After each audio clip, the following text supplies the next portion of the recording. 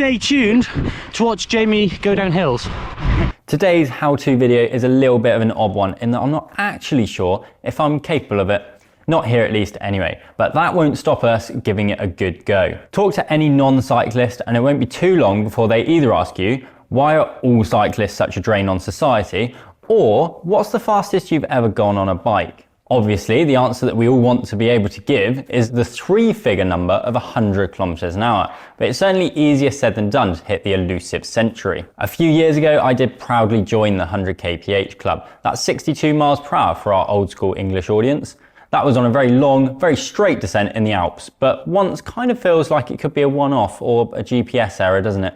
It would certainly be nice to do it again. So let's give it a go, shall we? Whilst out on training week, oh yes, you'll be able to watch me suffer very soon.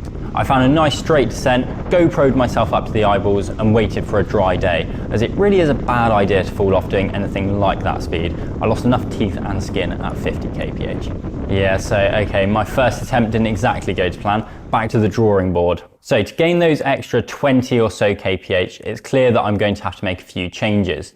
However much I eat, I don't think I can make any real difference to my body weight in the next few days. So I'm stuck at around 72 kg. However, I did have a little chat with our mate Gravity and he said he'd be happy to help out. Secondly, I've considered what's actually slowing me down when barreling down the descent.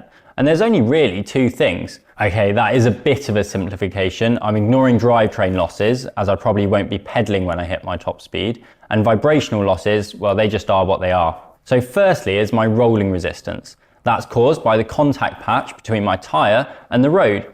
It's only about the size of a 2p piece though, so I'm not sure how much there is to be gained in this regard. Just in case, I've switched to a set of racy summer tyres. These are Challenge's new handmade Criterium RS tyres. I've gone for the 27mm size to balance aero and rolling resistance and set them up tubeless, as that's what we're told offers lowest rolling resistance thanks to not having to waste energy on deforming a tube. The second thing slowing me down, and this is the big one, is aerodynamic drag. This comes in 2 main forms: skin friction drag, that's basically the air sticking to my clothes and body on its way past, and form drag, which causes a big turbulent wake behind me. That's influenced mainly by my frontal area. So what have I done to make me more aerodynamic? Well, first up is a wheel swap. I've ditched the shallow sections for those parkours, chrono hoops. I've also sized down my clothing to make sure it sits as close to my body as possible and doesn't flap about. And I've also gone for a semi-aero helmet, aero socks, and shaved my legs in February, I know, right? I've also done a bit more research and will be heading out when I've got the maximum tailwind. Then I've fitted a full-size 53-tooth chainring instead of the 52-tooth one to help me continue pedaling up to a higher speed. When I do finally spin out on the steepest part of the descent, I'll go into a top tube super tuck to try and really reduce my frontal area. Just don't tell the UCI anyone, yeah, please. Right, well, I guess I'd better stop talking about it and go and give it another go. And another top tip, try and stay relaxed. If you clutch at the bars, then you're just exacerbating any speed wobble, and that really is a recipe for disaster. I better do it soon because I'm getting bored of this hill.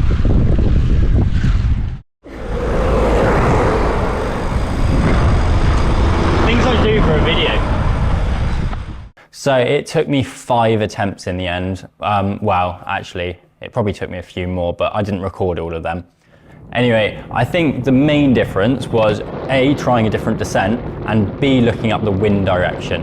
You can use software like Strava to easily see which direction a segment or descent is going, and then using your favorite weather app to check when the biggest tailwind is. So despite fully aeroing myself up, it's impossible to tell whether the helmet, the socks, the bike, the wheels, which bits made a difference.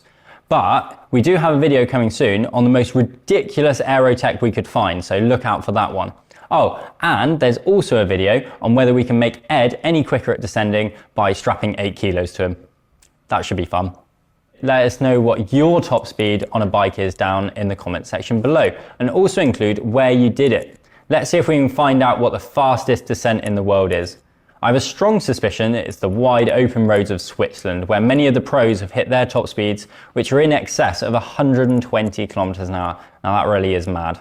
If you like this content, then please give us a like, subscribe to the channel, but most importantly, keep your wits about you and give your bike a good check over first. It would be a really bad time to find out your brakes don't work properly or your bike gets speed wobble due to a loose headset. Anyway, stay safe and we'll see you next time.